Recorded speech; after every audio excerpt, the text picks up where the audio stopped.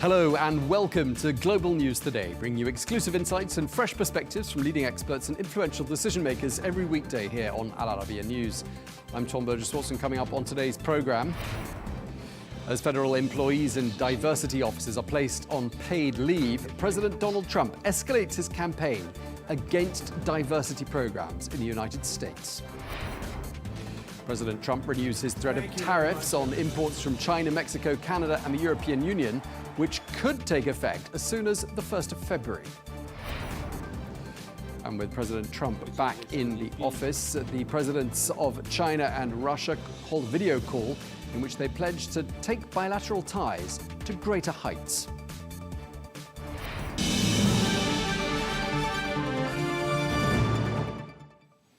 Hello and welcome to the programme. We begin in Washington with the latest on the US President Donald Trump and his first 2 full days in office. Well, as soon as he returned to the Oval Office, the president issued a series of executive orders covering a whole host of issues, from immigration to trade to climate policies. Well, the new administration has also made it clear that it intends to scrap certain diversity, equity and inclusion policies. And with that in mind, the White House press secretary today confirmed that the US government workers in diversity offices are being placed on paid leave with immediate effect. Well, the press secretary said that President Trump wanted a merit-based society where people are hired based on their skills. Meanwhile, the president has been given a rare public dressing down by the Episcopal Bishop of Washington. This happened during an inaugural church service. Well, Reverend Marianne Edgar Budd told President Trump that he was sowing fear in certain communities. Let me make one final plea, Mr. President. Millions have put their trust in you. And as you told the nation yesterday, you have felt the providential hand of a loving God. In the name of our God, I ask you to have mercy upon the people in our country who are scared now. Well, President Trump looked irritated by those comments and has hit back at the bishop. On his Truth Social platform, the president called her tone nasty and said that the church service had been boring and uninspiring. He went on to say that the bishop and her church owe the public an apology. Here's what he said as he left the church. Did you like it? Did you find it exciting? Not too exciting, was it? I didn't think it was a good service, no. Thank you very much. Well, one person who can give us a few insights as to how the next 4 years could unfold is Sarah Palin, the former governor of Alaska and the 2008 Republican vice presidential nominee. Thank you very much indeed for speaking to us here on Al Arabiya. I'd just like to start by asking you, Sarah, for your take on these first announcements and first decisions that we've been hearing from the second Trump presidency. Well, yesterday, just an unprecedented series of actions by President Trump. He had promised these executive orders to undo the fundamental transformation of America that Obama and Biden had promised to do and had underway. President Trump believes in a fundamental restoration of America, all is good and free and prosperous and safe about our country. So what he did was yesterday already fulfilling promises that he had made. A lot of it, to me anyway, it was expected because he said he would do what he did with these executive orders. Unprecedented, very exciting. I think there's a lot of optimism, collective positivity in the air in America right now, knowing that, we're back. And what did you make of the speech on Monday, Donald Trump's inaugural speech? I mean, as you say, it's a time, not everyone voted for Donald Trump by any means. But do you think that speech would have had the effect of unifying the nation? I believe so, Tom. I do, because on Monday, I couldn't even keep up with the speech here. I was watching it at home, and it was one thing after another, that he was hitting on these points that, again, he had promised to do. You know what's rare about politicians in America? Perhaps all over the world, is they don't govern as they've campaigned. So this is kind of a newfangled thing on a national level. I think on a local level in politics, we're held accountable if you're a mayor, if you're a governor, positions that I've held.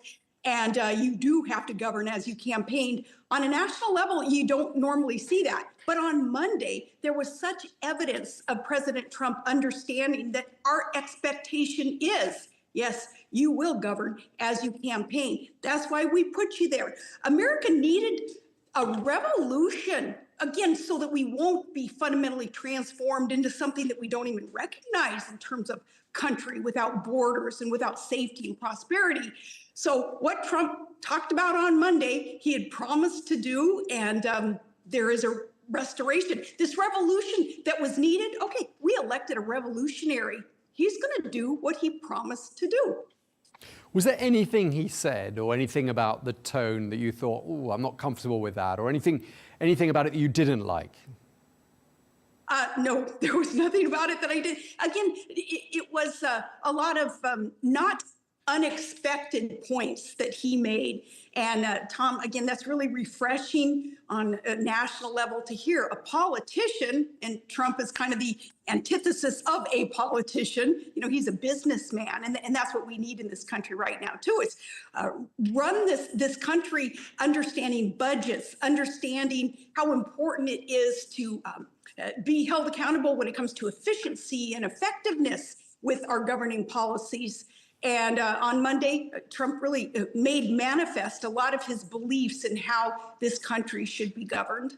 Yeah, I mean, just watching and listening to that inaugural speech on Capitol Hill on Monday, I mean, it must have been pretty unpleasant for the outgoing president to listen to. I mean, we heard President Trump really lambasting President Biden and his legacy and his administration. I mean, do you think part of MAGA, making America great again, is also to respect the Constitution, to respect things like a smooth transition, and also to respect this tradition that you have in America of a strong two-party system?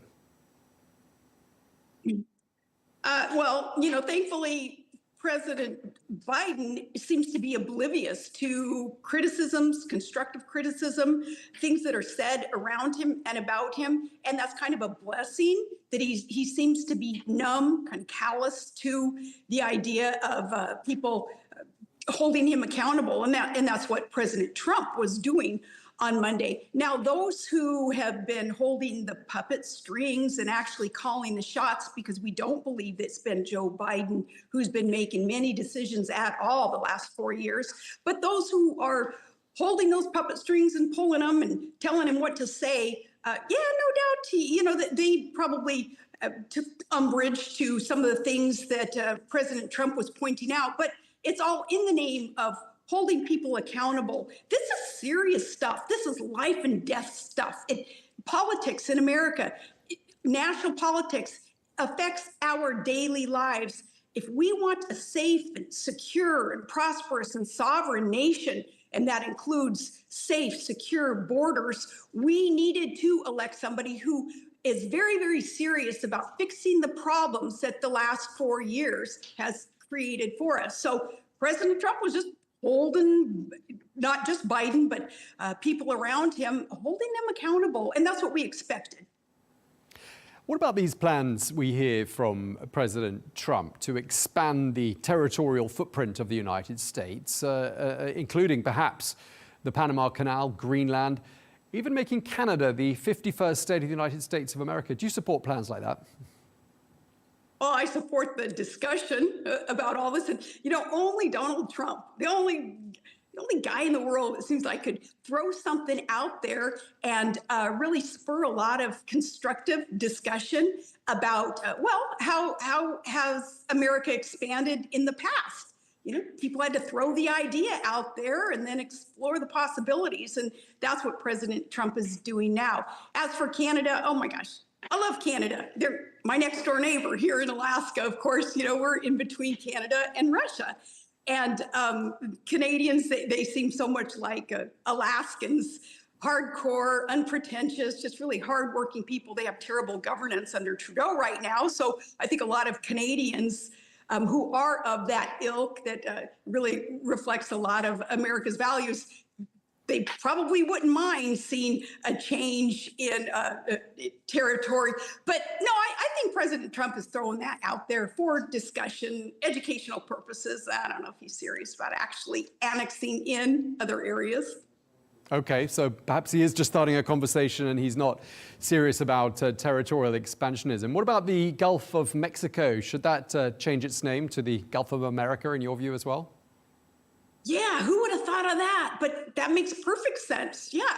And I saw a map this morning, Tom, looking online that already said Gulf of America. And it's like, well, yeah, that makes sense. And yeah, more power to Trump for even proposing such things, or those around him who are feeding him some of these ideas. I think it's brilliant. It shows America's our standing in the world again, in that, we want to be a beacon. We want to be a bright light. We want to be a nation that is so well run that other nations could look to emulate the good things about America, and that will make the world a better place, a safer place, a more prosperous place. So even, symbolically, these changes in names of things that President Trump is proposing, I think it's a source of empowerment of the American people, and I'm all for it. We've heard President Trump talking about ending government diversity programs. He says there are only 2 genders. What's your reaction to that kind of discourse? Well, I think President Trump is following the science, and there are only 2 genders. That's the way God created man and woman.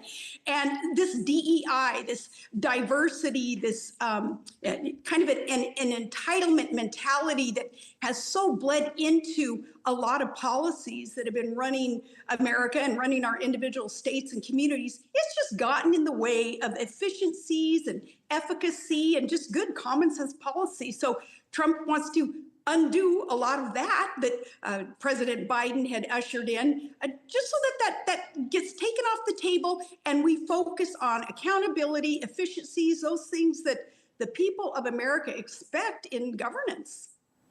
Yeah, some saying all of this spells something of a blow to what people call woke culture. What do you say to that? Yeah, it sure does. Thank the Lord it does. The woke culture is so out of control, as is the cancel culture. But again, just this loud minority of people who believe that, common sense should be an endangered species and get out of our policies and allow this wokeism, allow this things that just absolutely do not make sense. It's not common sense to take precedence over things that need to be done in order to run a nation to be more prosperous, more secure. Yeah, that wokeism just got way out of control. And I guarantee, Tom, it's the vast, vast majority of Americans who agree with me on this, that, just put that aside, put all that wokeism, turn down the volume on that, and let's just get to the business at hand that must be done. Let's secure these borders. Let's rein in our overspending, overreaching federal government budget that is bankrupting this country. We just got to get some things done, and wokeism, it got in the way. Let's talk about President Trump's decision to pardon or commute the sentences of people involved in the January 6th attack on the Capitol. We've heard from the former House Speaker Nancy Pelosi calling this decision, quote, an outrageous insult to our justice system and the heroes who suffered physical scars and emotional trauma as they protected the Capitol, the Congress, and the Constitution. How do you feel about Pelosi's criticism and President Trump's decision here? Oh, Nancy Pelosi, she's so dramatic. She's got to be so. She's partly to blame for the January 6th escapades that you saw. She had opportunity to call in the National Guard and to allow more security at the Capitol, and she refused to do so. And then, of course, wants to point the finger at Trump in particular as to blame for January 6th. No, as President Trump has said, those people in there, many unconstitutionally held without trial, without charges even against them. They've been in jail long enough. And yeah, there are murderers in this country who have had a lot less shorter prison time than these J6ers, is what we call them. And they've been political hostages in jail with no trials. Justice delayed is justice denied. They had been denied justice. And now finally with the pardons, we do see some justice. The pardons, though, that President Trump had undergone on just yesterday, nothing compared to Biden's 8,000 and some pardons, including his entire family.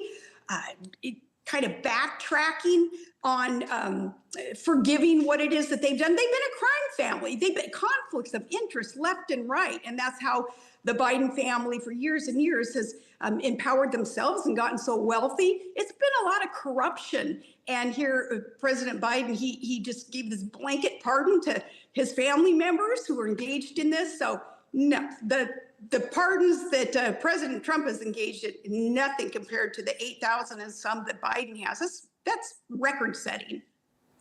Let's talk about something close to home for you in Alaska.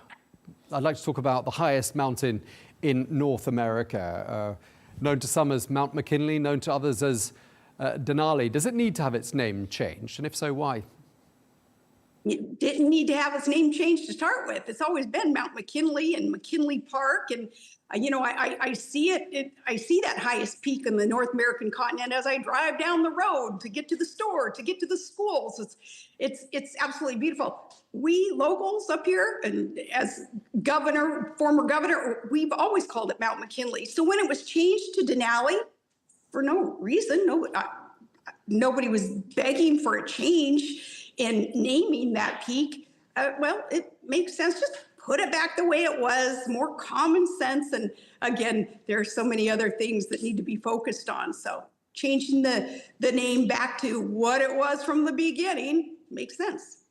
This might be a little bit more relevant to you than it is to other people in Alaska, because I understand the Secret Service used to refer to you as Denali. That was your code name, apparently. Tell me if I'm wrong. But if I am wrong, but anyway, tell us if you think people are going to be upset about this decision to change the name of the mountain. I forgot about that. And that was my code name. I'm glad you reminded me of that, Tom. That harkens back to some good memories. Yeah, I was Denali. I have one niece named Denali, another niece named McKinley. And so up here, both names are very, very beautiful to us. And no, I don't think it's going to be controversial up here. It's just like, okay, get it done. Just get back to the way it was. It wasn't broke. Who tried to fix it by changing the name of a mountain? My goodness, I don't think anybody was even asking for it. Drill, baby, drill. That's something we heard from Donald Trump the last couple of days. We also heard that from you back in 2008, since we're casting our minds back 16 years here in this conversation. You must feel quite flattered that President Trump is using exactly the same language you were using 16 years ago, Sarah. Well, not really flattered, because I don't think anybody really remembers that I coined it. But yeah, drill, baby, drill. We need to. America has, oh man, God just dumped so many natural resources for responsible use of mankind right underfoot. We just need to drill it. We need to responsibly turn on the spigot and allow the people to benefit from responsible use of our natural resources. We do that by drilling, by producing, and by mining. It's ridiculous that America has to rely on China and foreign countries for minerals that we need to make our pharmaceuticals, to make so many products that touch our daily lives. When, again, we have the rare earths, we have the minerals. I like to say mine, baby, mine nowadays, because, that's as important as drill, baby, drill. You took part in the Take Our Border Back rally on the southern border sometime last year, I believe it was. So I'm assuming you agree with President Trump that there is indeed an emergency on the southern border. Is that the case? I do. There is an emergency. Look at the millions and millions of people who've come in to our country because of these porous borders. The very first act of these individuals was to break the law. If we are to be a civilization, a culture here in America that is one based on law and order, okay, you get punished then if you break the law as your first act. And it's not even punishment, it's just accountability. You got to go back. You got to get back in line, and you have to allow this immigration process to work legally and safely. We do not know who all these people are who've been allowed to, in fact, incentivize to come across our border. We're paying for people to come across our borders illegally. Makes no sense. And I know that President Trump had as it seems like his top priority to make sure our borders are safe. And he wants the personnel in place. He wants the infrastructure in place to make sure that a country like America is a country based on borders. If we don't have borders, we don't have a country. It makes no sense the way that it was running, and it was a dangerous place to be. Yeah, he wants the military involved, doesn't he? Do you think the military should be involved in the mass deportations that President Trump's spoken about? Well, when it comes to personnel, we kind of have no choice. You know, that's where the numbers are in terms of personnel who are equipped and able to fulfill President Trump's promise in his campaign and now through executive order.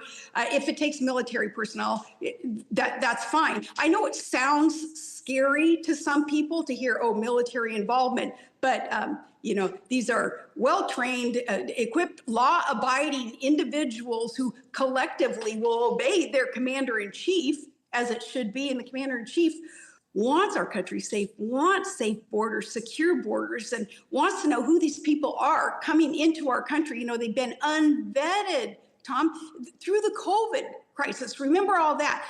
We had unvaccinated, I'm unvaccinated too, but unvaccinated, unvetted, some very ill people even coming on over, and we let them come on over illegally, and yet the residents, the citizens of America were held to such account, having to abide by all these bureaucratic COVID rules that illegal aliens were not ever held account to.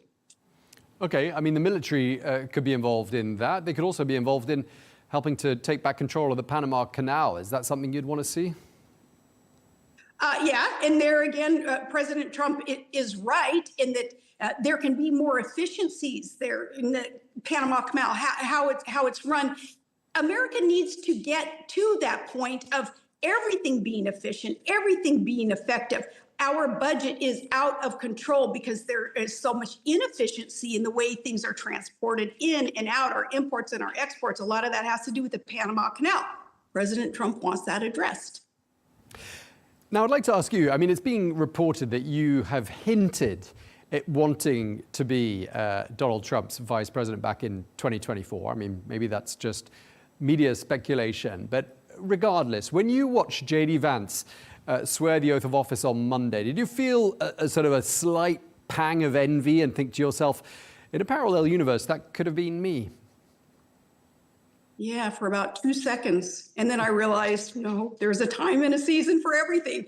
And J.D. Vance is going to be just fine there as President Trump's right-hand man, symbolically, if nothing else. No, that's good. But no, there, you know, in my life, you know, I've handed my life over to God. I'm a Christian, and I know that my life is not my home. If God can use me in whatever capacity, I hope He will. And that, you know, my experience, my education, my administrative experience, especially, I don't want it to go to waste. You know, I do want to serve, but in that specific role, nah, you know, I had my chance, and well, Senator McCain and I, we got second out of 2. So, you know, had our chance. Do you think Donald Trump might use you? Are you expecting a phone call perhaps in the days ahead? Could that be a possibility? That's a great question. And I hope it happens. Because again, President Trump knows where I am. You know, we have a good relationship. He knows that my administrative experience on a local level and a state level, and, you know, being chair of resources on a federal level to help with energy independence, he knows my area of expertise, and we need to tap into everyone who has an ability and a willingness to serve this country. I'm certainly willing and I'm able. I hope he calls me. Yeah, because I mean, you've got a lot of interesting attributes on your CV. I mean, not least the fact you're a former beauty queen. You were Alaska's first female governor. You ran for vice president. You still attract a pretty strong crowd, I'm told. And I'm just wondering, you know, why you don't have a role in the Trump presidency. Because, I mean, correct me if I'm wrong, but, you know, you've got conservative Republican views that are probably pretty much aligned with those of Donald Trump. I mean, to the letter by the sounds of things. And you know, Tom, nobody's really asked me this before, so it's interesting that, well, I appreciate that you have the guts to ask me, because, you know, I know that there's that question out there as to why I'm not tapped into yet. President Trump has around him some gatekeepers that have made it very difficult to kind of, I guess, ingratiate oneself into the idea of the agenda that must be ushered in for America. Tom, I'll tell you something that I haven't told too many people, and that's I couldn't even get credentials to get into the GOP convention this last year. Haven't been invited to things, and you know, again, that's okay, because you kind of get used to that. I'm not going to say rejection, but you kind of get used to that redirection that is protection. I believe in God's timing. So, you know, that redirection, it's protection. And I know that there will come a time where I believe I will be tapped into, if you will, and I'll be able to help. But the gatekeepers around President Trump, and there's only a couple of them who they didn't like the Tea Party idea, and I helped with that Tea Party all those years ago. They haven't liked the common sense constitutional conservatism agenda that I represent. And, you know, I just hope that they won't steer President Trump in any kind of wrong direction, because it's not about me. It's about this country. It's about this world that needs America to be strong and prosperous, safe. And yeah, since it's not about me, you know, I don't take it personal. But again, you know, I hope gifts, talents, seasons, I hope everything comes into alignment and that I'm asked to serve. I just want to press you on the issue of gatekeepers. I'm wondering, and correct me if I'm wrong, I'm wondering if you're talking about Elon Musk. It is reported in some media circles that you have disagreed with him on one or two issues. I don't know if that's true. Do tell us what the case is, and what do you actually think of him?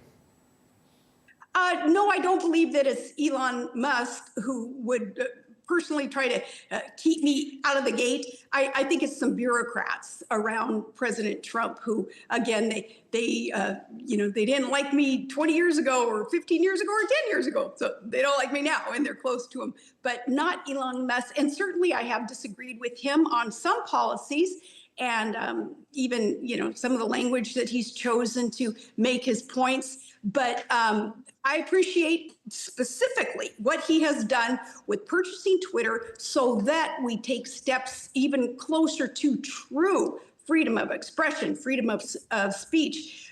You know, we need our Bill of Rights, our constitutional rights, absolutely engaged in and protected. And with Elon Musk making such a huge investment in a forum, a format like Twitter, it has allowed that freedom of speech to be made manifest. We need that in the country. So I respect and appreciate what he's done there.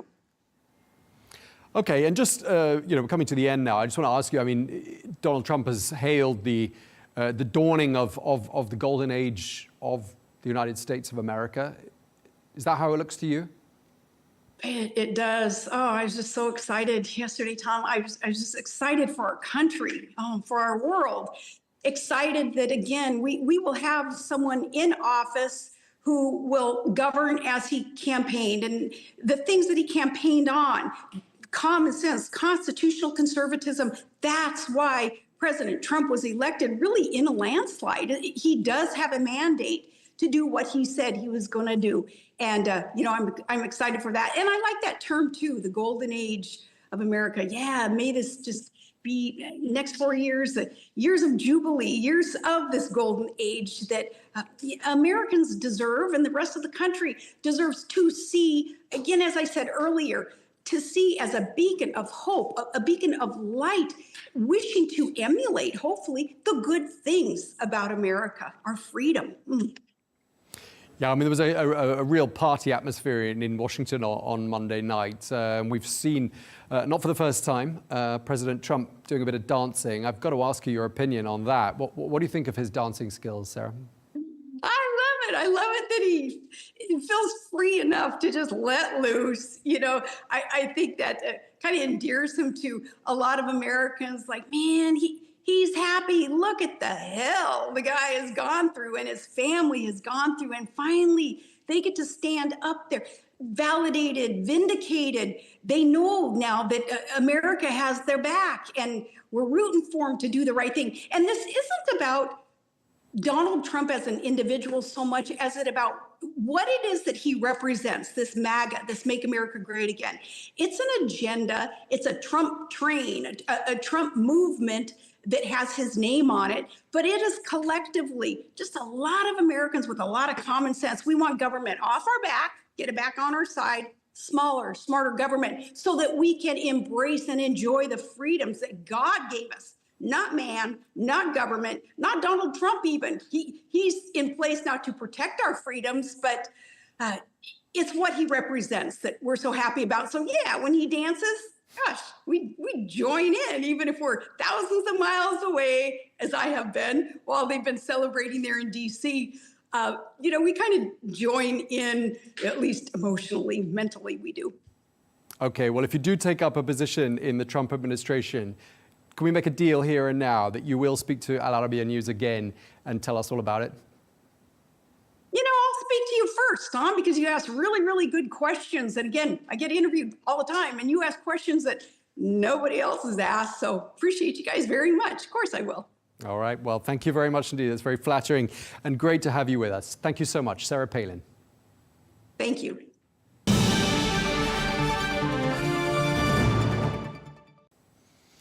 Now, as world leaders take stock of the various announcements coming out of the Trump administration, the Chinese and Russian presidents have held a video call, which is reported to have lasted 95 minutes.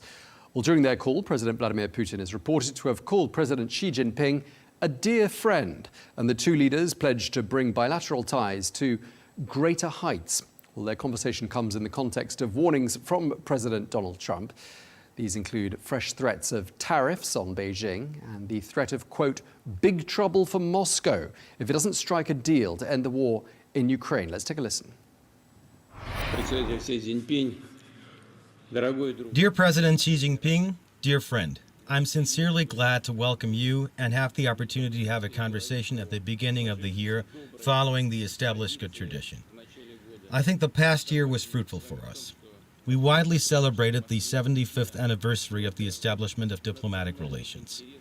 We built our ties on the basis of friendship, mutual trust and support, equality and mutual benefit. These connections are self-sufficient, independent of domestic political factors and the current global situation. Okay, President Xi Jinping and President Vladimir Putin speaking there. Well, we're joined now by Victor Gao, former translator to Chinese President Deng Xaioping and Vice President of the China Center for Globalization. We're also joined by Thomas Pickering, former US Ambassador to Russia and the United Nations. You served both under the Clinton and Bush administrations. Great to have you both with us, gentlemen. We understand these two presidents spoke just the day after President Trump was sworn in. So we're talking about Tuesday. What does it tell us, do you think, that these two men felt it was necessary to have this conversation the day after President Trump was sworn in? Victor Gao, let me put that to you first. Thank you very much. I think the real context of the phone call between President Xi Jinping of China and President Putin of Russia is within the overall context of the imminent Chinese New Year. And I think the call is based on goodwill and best wishes for each other's countries and each other's people. And this also reflects that China-Russian relations are really built on solid foundation, and the two countries treat each other with mutual respect and is eager to promote bilateral relations in all areas for mutual benefit. And now this becomes especially important in this very turbulent world of today, especially after President Trump went into the Oval Office for his second term. Because President Trump, who is very controversial both at home as well as abroad, is eager to throw his weight around. But that may not be the best way to solve bilateral relations between countries. And for China and Russia, they definitely need to compare notes with each other and stand firm on matters of principle and deal with the United States as it is, based on equality rather than being overwhelmed or pressurized by President Trump or his administration. OK, great. We'll pick up on some of those points in just a moment. Ambassador Pickering, as we've said at the beginning, you served as US ambassador to Moscow. What do you read into the timing of that call between the two presidents? Well, I think the call was unusual in terms of the rapid amount of publicity it was given. And the focus of that was all on Russia-China harmony. And the foreign affairs advisor to the Russian president in the Kremlin, Yuri Ushakov, went out of his way to make clear that the call was not in response to the Trump inauguration and/or what Trump had to say about Russia and China.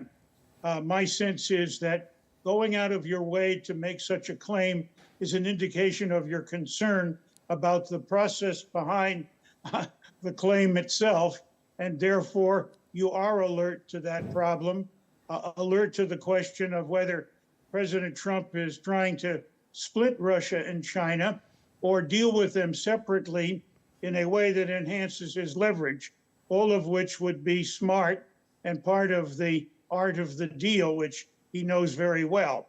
We'll have to wait and see on follow-on activities as to actually how it develops. President Trump has promised an early contact with President Putin. He had one almost a week ago with President Xi. So you can see the priority that has been assigned, at least in protocol terms, to how and in what way he intends to try to move with these two leaders, and how and what way it appears, at least, that he would not be happy were the two leaders to, if I could put it this way, gang up against him. OK, and you know, just picking up on what the Chinese president himself said, he said that both leaders needed to, quote, cope with the uncertainty of the external environment. I mean, coming the day after President Donald Trump's inaugurated, that does suggest that there is some concern about President Trump's return. But Victor Gao, let me put this to you. How often do the two men speak, in fact?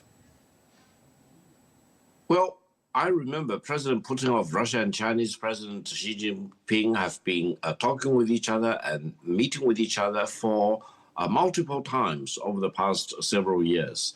And I think their very frequent meeting, visiting Moscow by President Xi Jinping and visiting Beijing by President Putin, for example, is really a firm indication of mutual respect of each other and understanding of each other, treating each other as equal, rather than try to position one above the other side. This is, as I mentioned, very, very important. Now, both China and Russia need to deal with President Trump and his administration separately. And from the Chinese perspective, we actually welcome some of the positive remarks that President Trump has been making in the past several days. And if Trump really wants to launch another round of very heavy-handed tariff war, it will not crumble China, because the tariffs will not be paid by China. The tariffs will be paid by the American consumers. Eventually, it's a tax on the American people. It's one of the reasons why inflation may be running away, causing a lot of domestic pressure. China wants to cooperate with the United States to help lowering the consumer pricing for the American people for their benefit. So I hope President Trump and his advisors and cabinet members will sooner or later realize that China is not an enemy of the American people, and China wants to get along with the United States on equal terms. And President Trump already said he wants to visit China within 100 days of his inauguration. Personally, I hope President Trump will visit China sooner. And I even hope, that's my personal hope, that President Trump visiting China, meeting with President Xi Jinping, and they will also meet with President Putin and President Zelensky of Ukraine in Beijing together. This will really be the best place and the best format for Russian-Ukraine peace negotiation, monitored by China and the United States, by their heads of state at the same time, and observed by all the other relevant countries, their heads of state or heads of government. And that probably will speed up the process of ending the war in Ukraine, as President Trump promised when he was still running for the presidency. And that will be one of the greatest achievements that any president, including President Trump, can expect to make. Sure. Okay, we'll come back to Ukraine in just a moment. I just want to sort of turn to you, Ambassador Pickering, and ask you, when we heard President Xi and President Putin saying they wanted to, quote, deepen their alliance, I just wondered whether you think there's anything to be read into that and what you think the deepening of this already strong alliance might actually involve. Well, I think that obviously their economic connection is very important. China, at the present time, in the view of many, is going through a period of emerging from economic hardships. We'll have to wait and see how that actually develops. The trade level is $250 billion, roughly, just slightly in favor of China, but it is important, and the very heavy dependence on China on Russian fossil fuel is a very significant part of that trade relationship.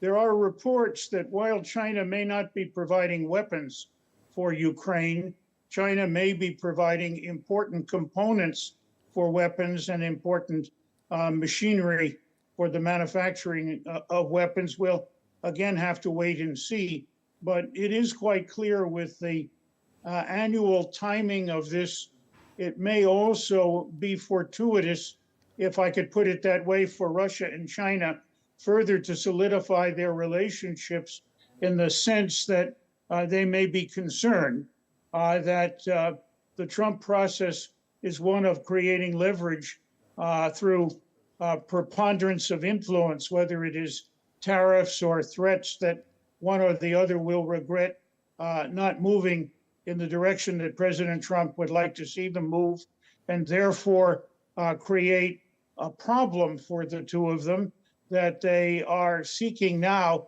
to inoculate the international community and themselves against, if we can phrase it that way, and as a result conduct a diplomacy on a triangular basis in which the unity of two is more significant than the capacity of the one to do some diplomatic splitting.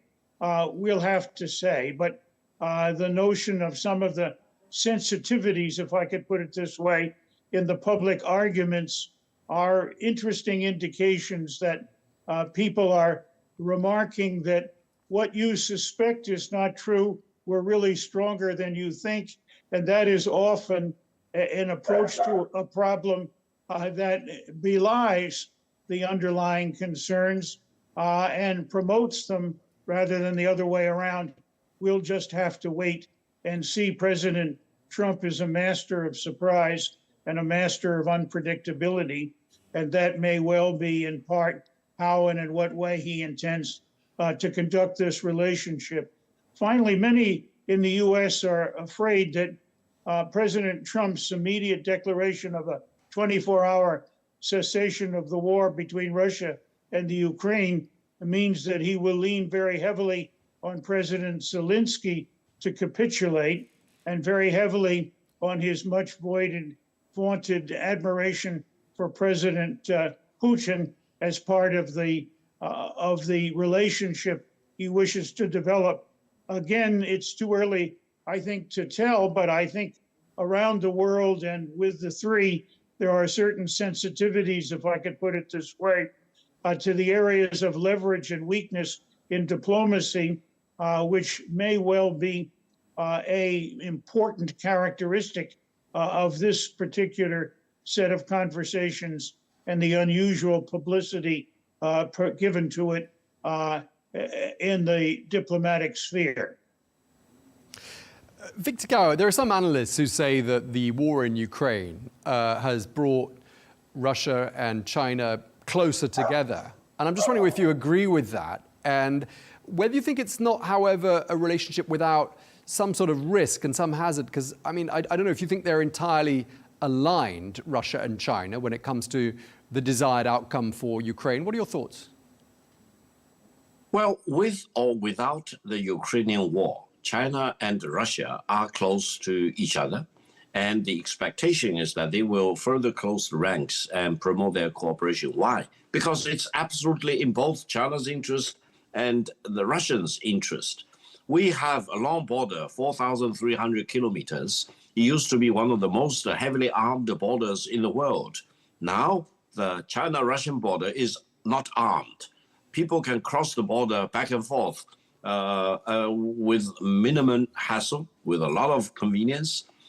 Thousands of people do that every day. And I think this bodes well for China-Russia relations in the long term. And this is also one of the pillars upon which Eurasian security in the long term need to be built upon. We want to see the end of the Ukrainian war. We do not want to see Ukraine being violated as a member of the United Nations. We hope the UN Charter will be applied to Ukraine in its entirety.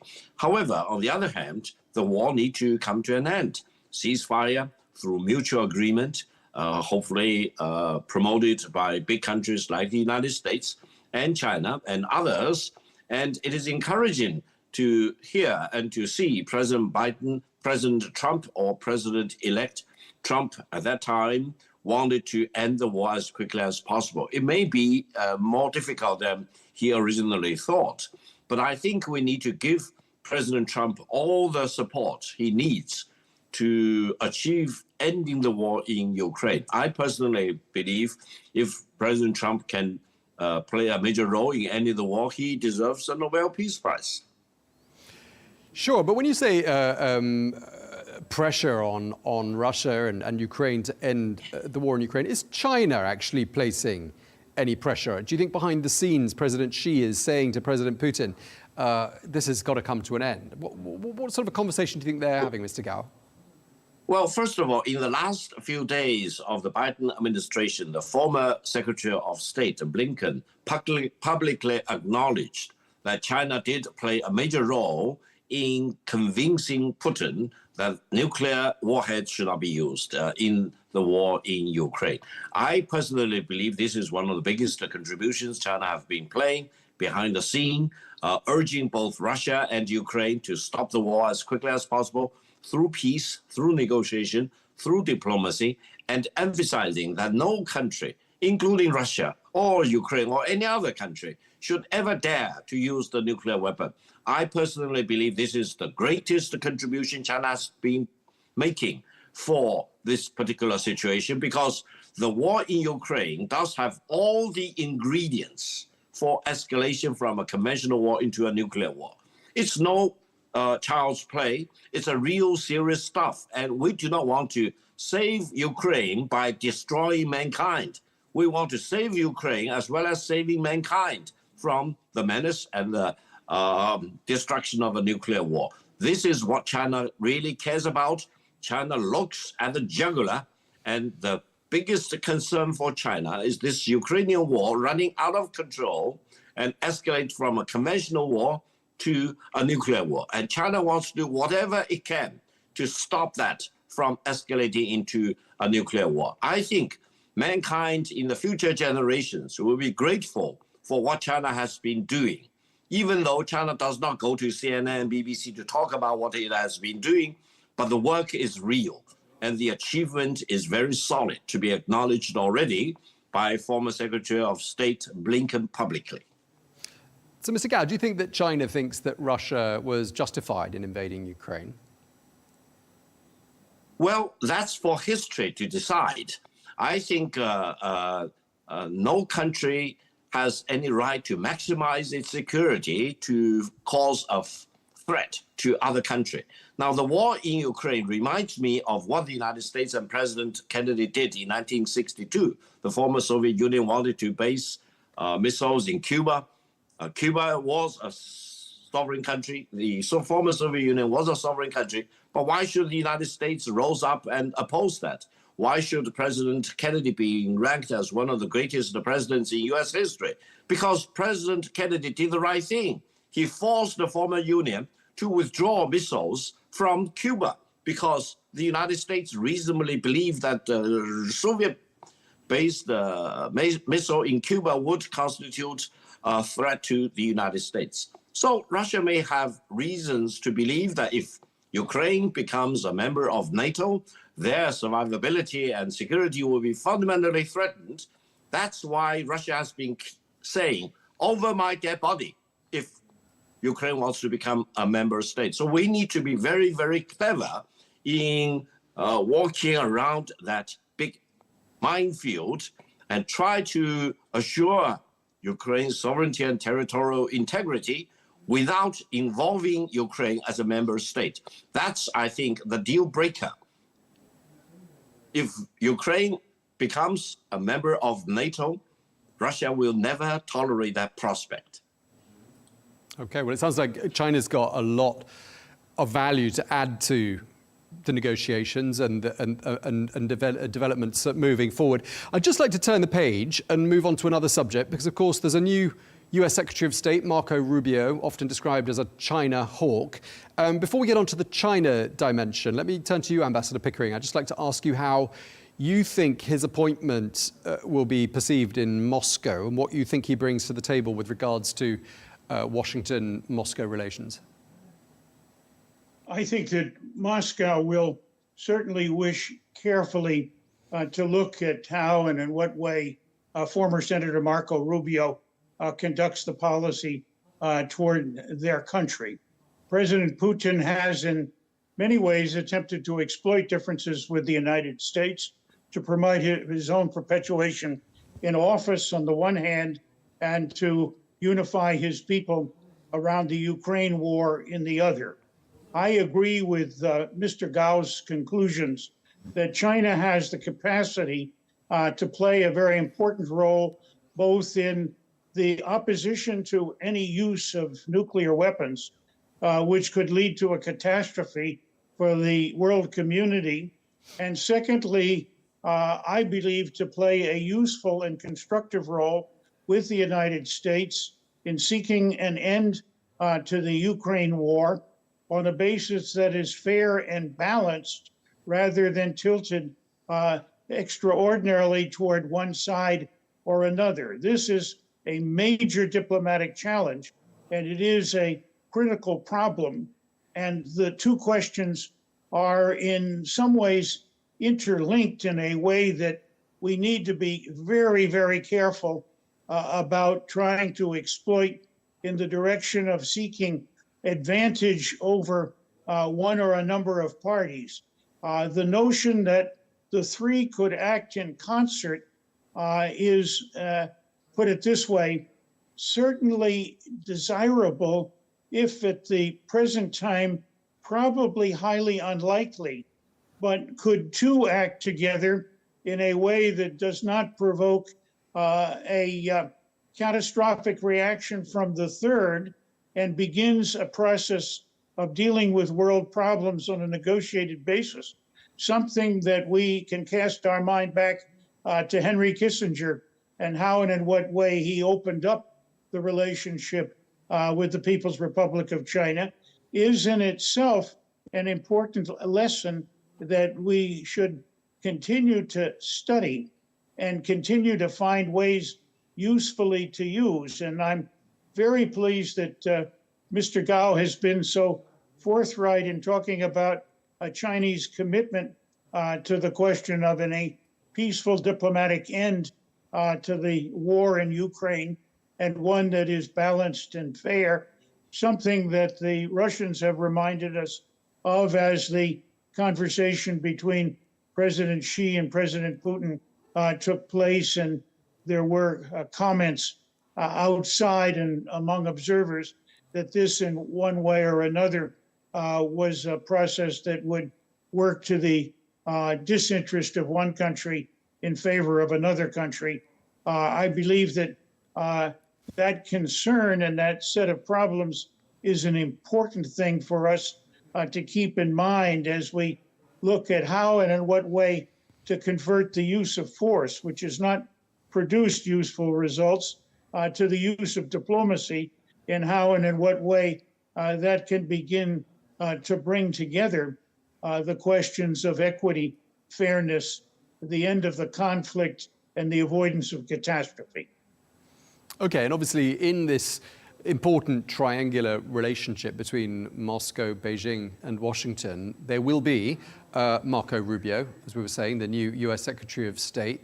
Mr. Gao, when you hear people described as being China hawks, I mean, it does get used quite a lot as an expression, but I'm wondering what goes through your mind when you hear that, and how do you think Beijing views the appointment of Mr. Rubio? First of all, personally, I would like to congratulate Secretary of State Rubio upon his confirmation by the Senate. Secondly, I wish him all the good luck and best wishes in promoting peace and maximizing the benefits for the American people as well as people in the world. Now, third point from my side is I hope he will visit China personally as quickly as possible because he has never been to China. He doesn't know China from his experience. He needs to see China, hear about China, listen to China, and taste China, and really understand better what China is in order to come up with real advices for President Trump as to how China-US relations need to be structured and promoted. Suffice it to say, between China and the United States, whether Rubio is the Secretary of State today or otherwise, for example, there is this inevitability of peace between our two countries. Why? Because war is not and should not be an option. War between China and the United States will not be a conventional war. It will be a nuclear war. It will be Armageddon for mankind. All of us need to do our best to urge both China and the United States from going in that direction of a war. China does not want to have a war with the United States. China wants to have peace with the United States. Only those extreme hostile elements in the US government who may want to have a war with China.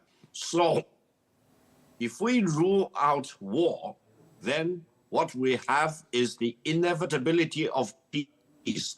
I want to talk to former Senator and now Secretary of State Rubio. Listen to me. There is inevitability of peace between China and the United States, and you need to promote that inevitability of peace between our two countries to make both China and the United States great nations in the world, together with all the other about 200 nations in the world. That's the highway.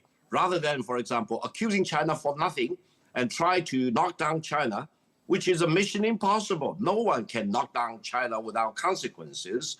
And I truly believe in this inevitability of peace between China and the United States. And I want to see President Trump and his cabinet members do the right thing in nurturing and promoting China-US friendship and cooperation. I just want to ask you, Mr. Gao, about another possible source of tension between China and the United States. It involves the Panama Canal. And of course, we've heard President Trump mention this on multiple occasions, seizing control of the Panama Canal. And he says he wants to do this because the canal's operators have ceded part of the control of the operation of the Panama Canal to China. That's something that Panama denies. I mean, how does China see all of this? From my personal perspective, I just hope someone will walk up to President Trump and tell him the real truth about the Panama Canal. The history is well known for all of us, for mankind as a whole. And President Trump needs to be reminded that China is the biggest exporting country in the world. China is the biggest shipping nation in the world. If you look at any other ports in the world, China probably is the #1 shipper. One way or another, directly or indirectly, including Panama Canal. That doesn't mean China runs Panama Canal or operates the Panama Canal. China probably is just a user, a customer for Panama Canal. Whether Panama Canal will be run continuously by the Panama side or otherwise, China will still be one of the, if not the biggest customer of the passage through the Panama Canal. China does not own Panama Canal, does not run Panama Canal, does not dictate terms to the Panama Canal. It's a simple fact that China is just a customer. And I hope President Trump will realize that if you look at the 10 largest container ports in the world, 7 of the 10 are located in China. So does that mean that US wants to control the container ports in China? 7 of the 10 largest container ports? No, be reasonable. Let's promote trade. Let's promote peaceful use of the Panama Canal rather than using the century, 100-year-old old doctrine of seizing that port in order to use it. That's probably out of fashion, and I hope the United States will abide by the international law under President Trump, as well as going forward. Ambassador Pickering, I know it's not exactly your area of expertise, and it's unfair perhaps to spring questions about the Panama Canal on you, given that we've invited you to talk about Russian affairs. But do you think there is a bit of a misunderstanding in Washington about, what to do next with regards to the Panama Canal?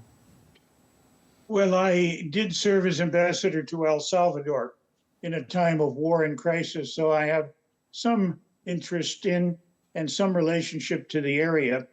I was quite astonished the Panama Canal came up in the last month or two. I found that there was a certain, put it this way, obliviousness to the treaty relationships and the arrangements that had been made in the Carter administration for the successful operation of the Panama Canal under Panamanian leadership and control.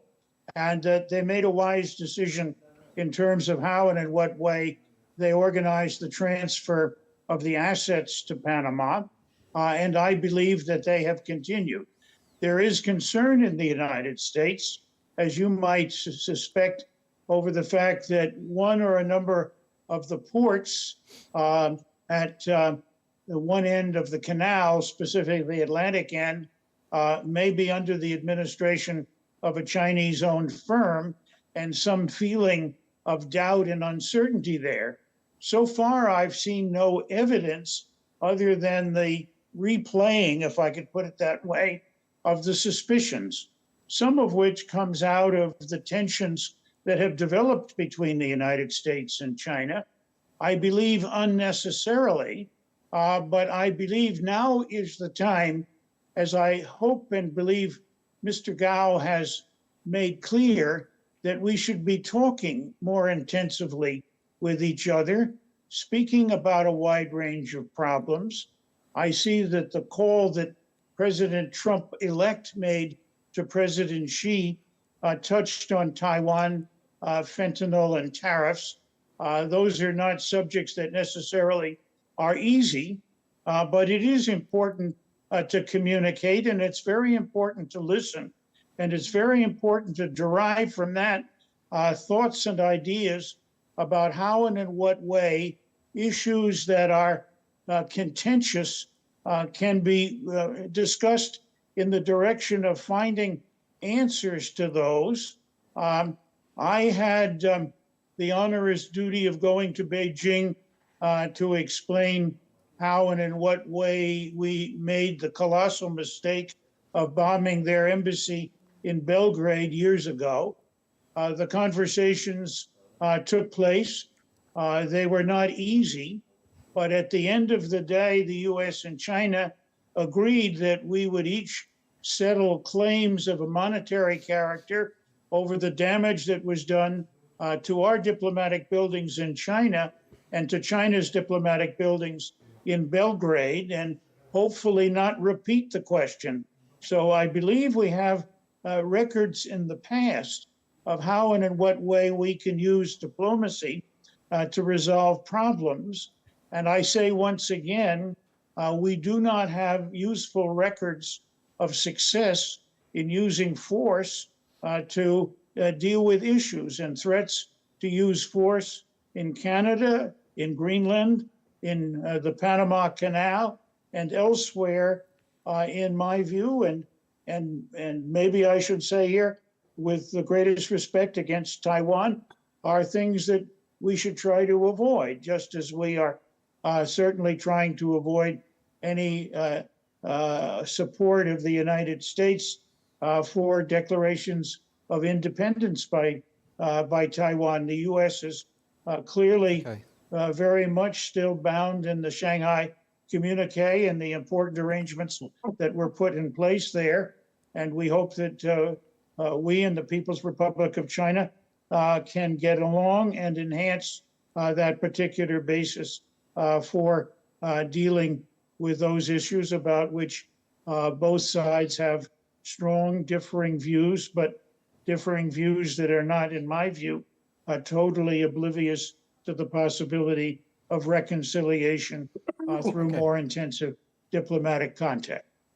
Okay, let me just turn finally to Victor Gao, give you a chance to respond to some of those topics, notably on the issue of Taiwan, which was mentioned there by Ambassador Pickering. I mean, do you see any major developments during the course of these next 4 years of the Trump administration with regards to next steps or how things unfold on the island of Taiwan?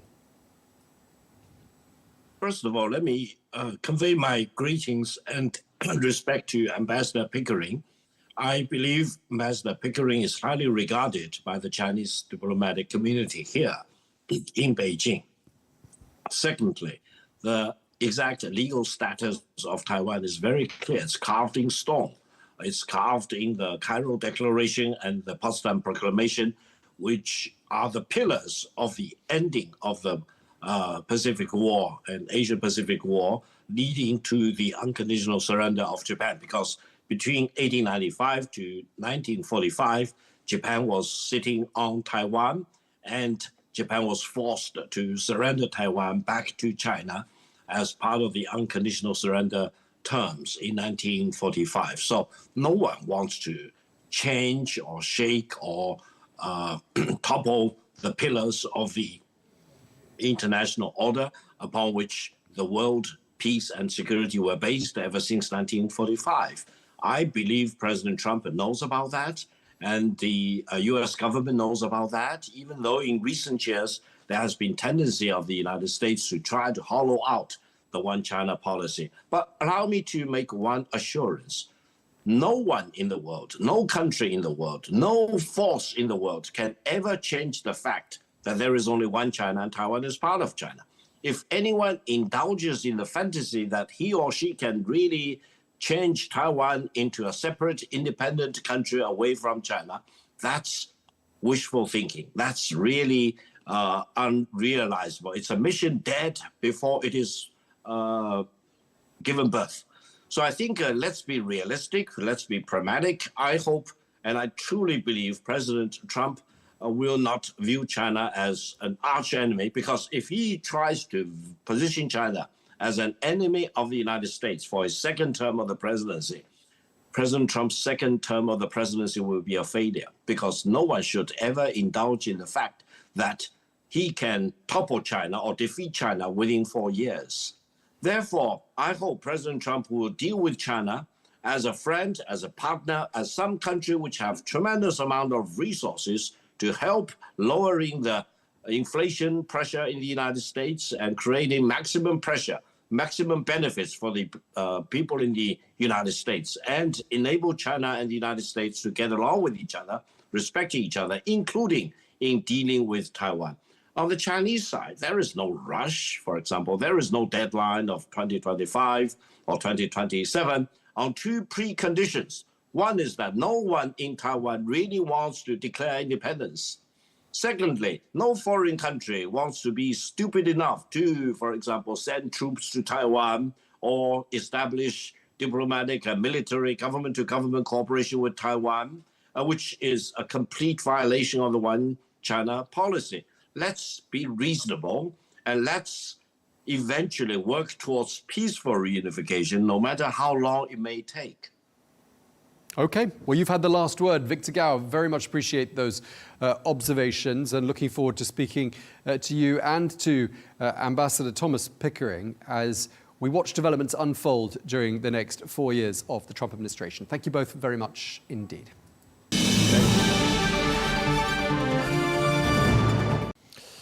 Meanwhile, President Donald Trump has reiterated his threat to impose tariffs on a number of countries. Well, the president is mulling a 10% levy on imports from China, which could come into force as soon as the 1st of February. Well, Trump also plans to slap Canada and Mexico with tariffs to the tune of 25%. Well, in response to Trump's plans to impose a 10% tariff on Chinese imports, Beijing has warned that there are no winners in a trade war. We have repeatedly stated China's position on this issue. We have always believed that there are no winners in a trade war or a tariff war. China remains firmly committed to safeguarding national interests. Okay, well, we're joined now by Everett Eissenstat, former Deputy Director of the National Economic Council under President Donald Trump, also a partner at the law firm Squire Patton Boggs. Thank you very much indeed for joining us. This tariff threat, which applies at the moment to China, the European Union, Canada, Mexico, I mean, what sort of a time frame might we be looking at here? When do you think these tariffs might take effect? Yeah, it's a great question. And I think that's been, the million-dollar question now for a couple of months, even prior to President Trump being sworn into office. I would suspect they could be fairly quick. There are actually some statutory tools that would enable the president to put these tariffs into place quickly. They may differ depending on whether they're tariffs on Canada, Mexico, or China. As you know, there's currently tariffs on China under Section 301 investigation. Those could be brought up relatively quickly, which is something that President Biden did as well. The tariffs on Mexico and Canada would require a different authority. There's no existing template or tariffs in place, so we'd have to use a different authority. And the one that's most likely, the candidate, would be the International Emergency Economic Powers Act, which could go into effect fairly quickly. Whether it's going to be February 1st or a little bit thereafter, we'll wait and see. There's some extenuating circumstances that may merit delay, and there's some other developments that we've watched very closely just in the past couple of days that would be relevant. Well, some of the countries that are threatened by these looming tariffs are, of course, natural, long-standing US allies. Just remind us, why is President Trump so aggrieved? Why is he making threats of this kind against countries that are, by any standards, friends of the United States? Yeah, it's a great question. And I think it's even deeper than, it's not just President Trump. I think this is a trend we've been seeing in international economic policy for a few decades, starting probably under President Obama with the kind of fraying of the Trans-Pacific Partnership, where he could not get support in the Congress for that. And candidly, I think part of the reason is dissatisfaction with international institutions being able to deliver on some of the commitments and promises about a rules-based trading system. The president perceives there's some inequities, and he feels like the trade deficit is demonstrative of those inequities, and he feels that tariffs are a good tool for a number of different purposes, and one of those purposes is to remedy unfair trading practices. So that's a big part of it. But there's other rationales as well that we can discuss. It's quite a broad shift in U.S. policy. The tariffs would be used so frequently for so many different purposes. Yeah, I mean, some of the language used by President Trump is that some of these countries have abused their trading relationship with the United States. You've used the word unfair. Donald Trump's used that word as well, saying, obviously there needs to be some sort of a rebalance, a revisiting of the trade relationships. So if you're one of those countries that's got these looming tariffs hanging over it, what can you do about it? Is it still too late to take action and try to meet his demands? No, not at all. And I think it's useful for both, any stakeholder, but governments and even private sector to think about.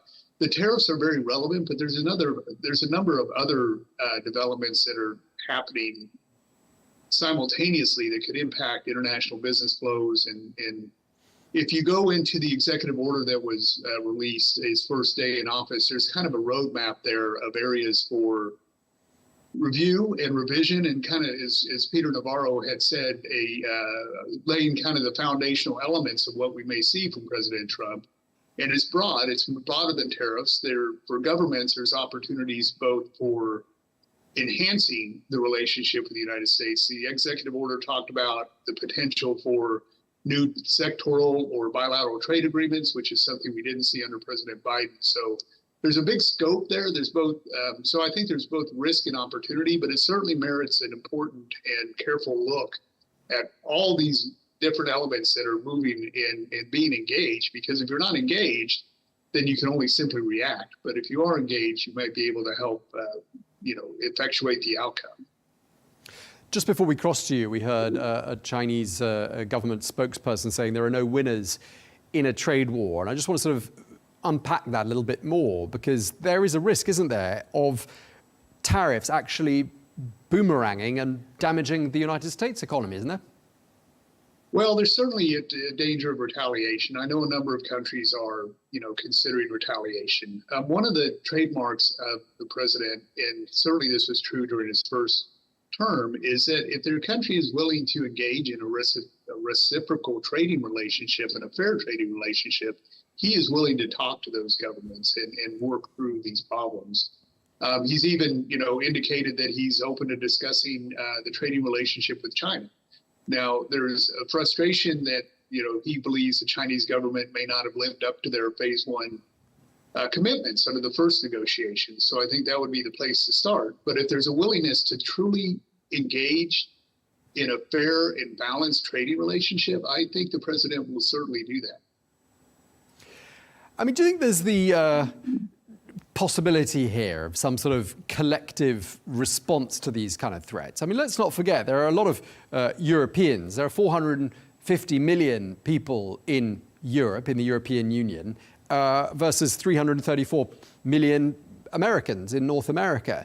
I mean, could they collectively get together and say, enough of this, and perhaps impose some measures of their own, which would actually be far more damaging to the United States than they would be damaged by these initial tariffs?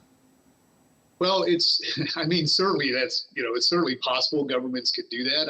I'm not sure that would be the best approach. I think that one of the hallmarks of the U.S. economy is that while we are a major market for probably, if not the number one, then the number two market for a lot of exports for many of these countries, whereas we don't rely on exports as much as they do. So I think that the idea that our trade exposure is not as high as some other economies.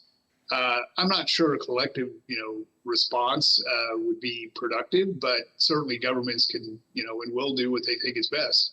One thing I did want to note that might be particularly interesting for your listeners is that the executive order that came out also called for a review of all the existing trade agreements. And I know there's a number of trade agreements with countries in the Middle East and around the world. So those are certainly, if you have equities in those trade agreements or a government from a country with a trade agreement with the United States, that review would be meaningful and something that I think people would want to take part in. It feels like, we're slightly feeling our way in the dark here, in the sense that it looks like we're talking about tariffs to the tune of about 10% for China as things stand. But during the campaign trail, we heard President Trump talking about 60% tariffs on Chinese imports. I mean, that's a huge swing in percentage terms. And I'm just wondering whether that suggests there's a bit of bluster here, or whether President Trump is shooting from the hip, or whether there really is a strategy. No, I don't think it's bluster. I think tariffs could go quite high, actually, and it really depends on the reaction. At the end of the day, I believe there will be a negotiated outcome. The question is when and how that will transpire. It won't happen immediately, and if it doesn't happen, then tariffs can remain high. I mean, we've seen under the prior administration the tariffs that were put in place under President Trump on China have been in place now for 6-7 years. In fact, were even increased under President Biden. So the tariffs can stay in place. There's no automatic reduction or elimination of them. One thing that President Trump has called for is approval of a bill that would enable him to have the authority to engage in reciprocal trade negotiations. I think that is a key word, is this reciprocity, that if you want a tariff of, say 10% in the U.S. market, then you need to have that for your own market. And many governments don't have that. They, in fact, have very high tariffs on U.S. exports or other variables. So for governments that are willing and to engage in a real dialogue about reciprocal trade, there's a willingness to do that. But it takes two parties, and it's not just going to happen through retaliation. It's going to take meaningful steps forward as well. Okay, well, we'll keep a close eye on how developments unfold. Meanwhile, thank you very much indeed for your time, Everett, Eissenstat. Thank you very much indeed.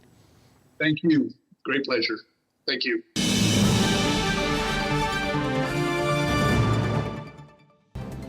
Well, that is all we have time for today's edition of Global News Today. Thanks for watching. Be sure to join us again tomorrow for more exclusive interviews. Until then, goodbye.